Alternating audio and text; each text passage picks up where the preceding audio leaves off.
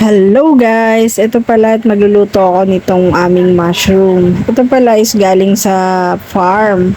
So fresh na fresh talaga siya. Ipapakita ko sa inyo kung paano mag-preserve at iluto ito para maging masarap talaga.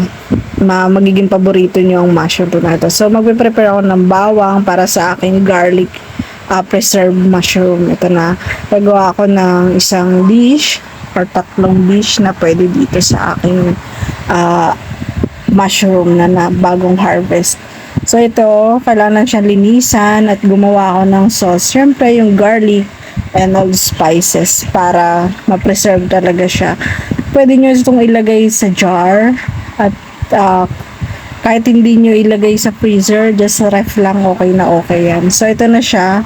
Kailangan siyang maluto ng maayos para talagang tumagal siya sa ng preservation. So kailangan mong matimplahan siya ng spices na akma dun sa mushroom.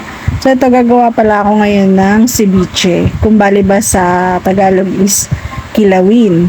Kung seafood ang gamit ng ibang chef, so ito is mushroom ang gagamitin ko. Palagay ko is comment down below guys kung meron na nitong nakatry or nakaluto or nakagawa na nitong aking recipe. So kailangan ko lang ng kalamansi at itong sibuyas at yung ibang ingredients hindi ko na naipakita kasi masyado nang mahaba. Hehe. Tapos kailangan mo lang hiwain ng manipis ang sibuyas para hindi siya masyadong matapang pag kinain. So, sana all matapang. So, ganyan-ganyan lang siya, guys. Tapos, kailangan mo lang syempre maging consistent dun sa iyong panglasa. Kasi para hindi lang masarap sa panglasa mo, kundi para sa panglasa ng iba. Sana all masarap.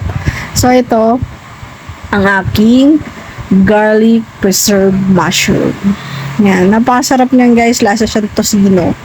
Kung gusto nyo matry dun sa mga vegetarian, tapos sapul na sapul to. Then ito yung pepper mushroom with olive oil ko. So kailangan siyang itos, so maganda din siya sa preserve. Pwede siyang ilagay dito sa pizza. Like ito is roasted mushroom pizza namin. Tapos ito na ang aking ceviche, aking pinagmamalaki na lasang scallop daw, sabi nung nakatikim. So swak na swak to guys dun sa mga taong hindi pwedeng kumain ng mga karne or mga isda. So ito, less high blood. Then meron din kami mushroom chips. Tingnan nyo naman ang mushroom chips namin, on recipe po yan, kaya lahat is talagang mushroom, walang halong biro yan, mushroom na. So yun naman na guys, maraming salamat.